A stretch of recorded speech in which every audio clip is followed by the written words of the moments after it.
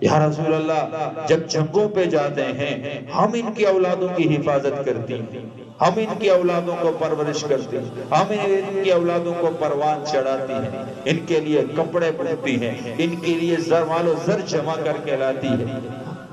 یا رسول اللہ جمعے پہ جمعے یہ جو ہے وہ پڑھنے کے لیے جاتے ہیں، جنازوں میں یہ شریک ہوتے ہیں، یا رسول اللہ جہاد میں تبلیغ میں یہ جاتے ہیں۔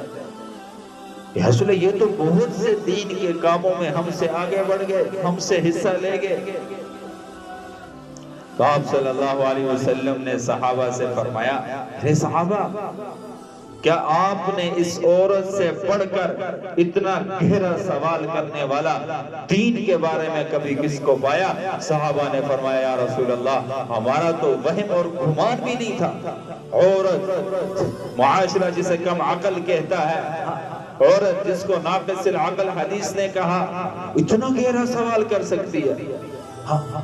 تو آپ صلی اللہ علیہ وسلم نے فرمایا ہاں کر سکتی ہے، اور اس کا یہ سوال انتہائی اہم ہے اور انتہائی ضروری ہے اور انتہائی جو ہے وہ قابل غور ہے۔ پھر حضور صلی اللہ علیہ وسلم نے حضرت آسمہ سے کیا فرمایا؟ اے آسمہ تو اپنے سوال کو سن اور جواب کو حاصل کر اور اسے اپنے ذہن میں محفوظ کر اور ان عورتوں تک پہنچا جنہوں نے تجھے میرے پاس بھیجا، اور انہیں بتا دے عورت کا صرف اپنے شوہر کی خوشنودی کو ڈھونڈنا اور اس کی فرمانبرداری کرنا ان سب چیزوں کے برابر ہے۔ ہاں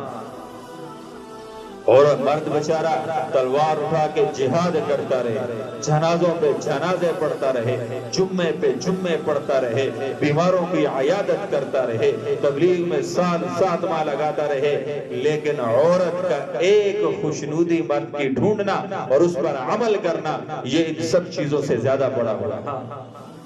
دین نے ایسے لاوارث نہیں چھوڑا،